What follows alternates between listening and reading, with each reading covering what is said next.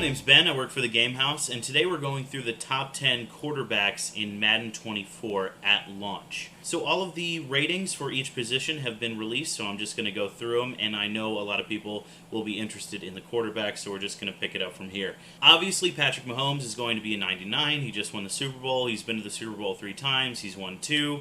Been to the AFC Championship game 5 times in a row. Not really a lot to talk about. He was always going to be a 99, so there it is. Next up, we have Joe Burrow, who's number 2 at 95. Now, Joe Burrow is about to get a huge contract extension, probably going to be the highest paid player in the league year by year, unless he takes a team-friendly pay cut, but he's listed as a 95. We're going to go into his stats right here. So obviously he's only played for 3 years. His first year was cut short by injury, playing only 10 games, but he played 16 of 17 games in 2021 and 16 of 17 games in 2022. He was the comeback player of the year in 2021, finished 4th in MVP voting in 2022, and was 9th in Offensive Player of the Year for 2022. However, that award usually goes to a non-quarterback. That's not really an indictment on him. So he went 12-4 last year, missed out on the top seed due to some weirdness involving the Damar Hamlin game, but he had 606 attempts for 4,475 yards, 35 touchdowns, and 12 interceptions, and a lot of those interceptions were in the first game of the season. He had 279 yards per game, was only sacked 41 times last year as the offensive line sort of got their stuff together. It was a new-look offensive line, and he was obviously the most sacked quarterback in 2021 with 51 sacks taken. So Joe Burrow, no question, is in the conversation for the best quarterback in the league, and the Bengals have even higher expectations this year to get back to the Super Bowl and win it this time. Next, we have Josh Allen, who's a 94. Not a lot worth talking about other than he almost led the league in interceptions last year, and his throw power is at a 99. He's a big, strong arm quarterback.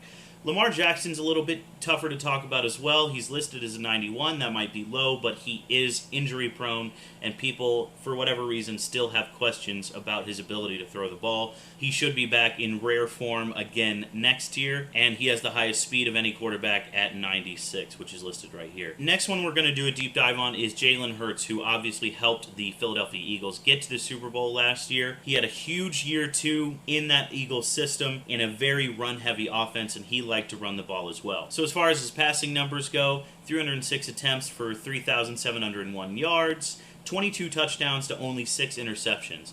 And that is a great number, however, like I said, they did run the ball a lot. So we're going to look at his rushing and receiving. He only played in 15 games, which is sort of what cost him the MVP last year. 13 touchdowns, 760 yards on the ground on 165 rushing attempts. With a lot of Eagles coaches leaving, is this offense going to look the same? Are they going to be quite as run-heavy? Or are teams going to be ready for that and make him throw the ball more? That's why he's listed as an 88. Coming up next is Dak Prescott, who did lead the league in interception last year, but he's still an extremely solid quarterback and maybe one of the best quarterbacks in the NFC right now.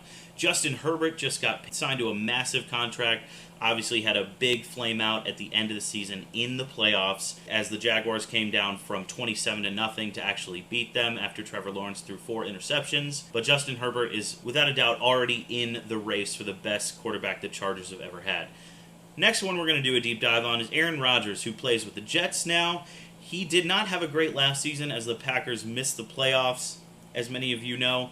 But he's hoping to have a resurgence with a younger team. Over his massive career, he's obviously solidified himself as the most accurate quarterback to ever play the game, the most talented quarterback to ever play the game. But let's look at 2022.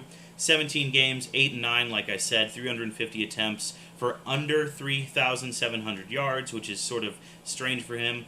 26 touchdowns to 12 interceptions, which is really strange for him. It's the first time he's had double-digit interceptions since 2010, and only the 3rd time in his entire career. Now, he didn't get any MVP votes or anything like that, but he was MVP in 2020 and 2021. Those were his 3rd and 4th MVPs. He's clearly looking to get back to the Super Bowl, win one for a team that hasn't had it in a while. Should be really exciting. 86 seems a little bit low for a quarterback as respected as him, but he is getting up there in age. And then we have Kirk Cousins, who's listed as an 84. Another one of the top tier of the NFC quarterbacks, which unfortunately isn't saying much because they're not stacked with quarterbacks right now. Say what you will about Kirk Cousins, but he is available, he is healthy. The Vikings went 13-4 last year with an absolutely insane string of wins in one-score games.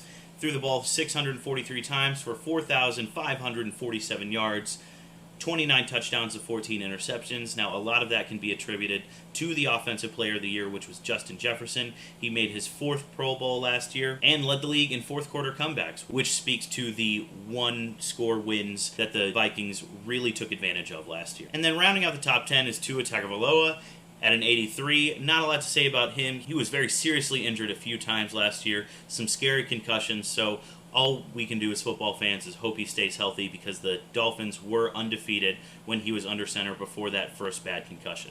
So those are the top 10 quarterbacks in Madden 24 at launch. Who was snubbed out? Who's rated too high? Who's rated too low? Let me know if you want, and thanks for watching. I appreciate it.